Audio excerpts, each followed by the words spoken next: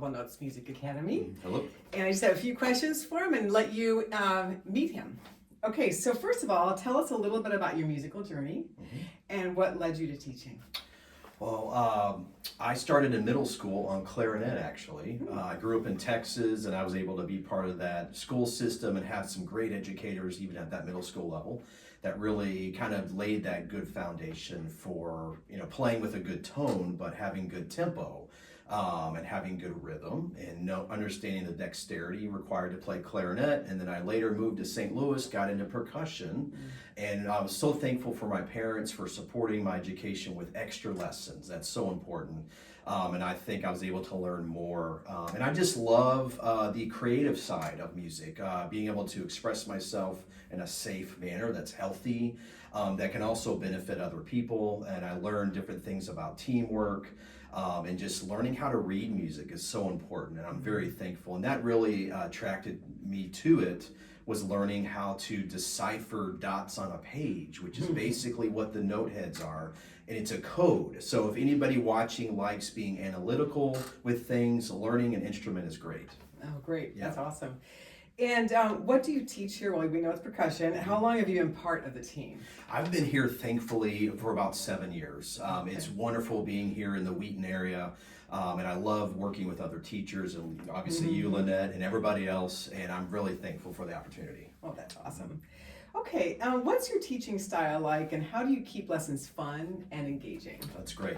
I think it's important to learn a little bit about every student, because not everybody learns the same way. So I like to give them a learning style survey, which is just like 10 or 12 questions, A or B answers, and it's similar to the idea of kind of learning sort of like a job application, sort of in a way. But I'm learning, are they more of a visual learner? I'm learning about, do they learn better by hearing first? And so I think that's important to know where the student's coming from, and then I can kind of build my lesson plans around what they already know, and then obviously learn about their goals. Do they want to learn all different types of percussion instruments? Do they just want to focus on snare drum, or maybe xylophone, keyboard percussion, or even drum set behind the camera here, or anything else? Percussion has a ton of different instruments. It can be stressful because there's so much to learn, but it can be very rewarding in the future, but you have to stick with it. You have to be dedicated. So I want to make sure I'm reminding every student that it's not going to come right away, that that my job is to give them the tools, so to speak, to help them be self-learners. That's important too. And so I really just prepare every student to know the fundamentals, to improvise a little bit on their instrument, and just make it fun. And I'll share my own experiences with them from my past that will maybe give them some keen insight to help them in the future. Awesome. I always think that percussionists have the most fun. Anytime I go to an orchestral concert, I'm like, oh, look at those percussionists. Yeah. They have all the tools. Yeah. All the toys in the tools. Yeah. It's really fun. Okay, and let's see. What makes you unique in the way you teach students, and the way they respond to you as a teacher?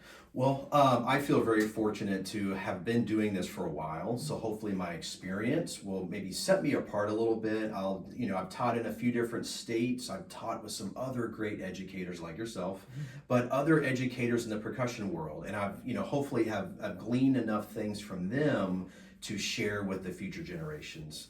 And I think it's important that all teachers provide that unique experience and really just make every lesson different, but still consistent. So we have that common thread of strong fundamentals. What was the second part of that? What do students really respond to well in your teaching? I think it's important to be active. I think it's, we're not just listening all the time, but we're moving. So there's the kinesthetic part of learning. So I think, with me demonstrating first, me pointing into the music, pointing out certain things so they can, connect the sound with the visual. I think that's important. And then they can kind of really hone in on that by moving, basically copying me. I like to do simple things like copycat games. So basically I'll demonstrate something, and then they'll watch and listen and whatever, and then they'll try to emulate it. And that may reach students in a new way. Awesome. Well, we have camps coming up in June, and I really think that percussion is a fantastic way to get into music. for any level, right? Any age, adults and children.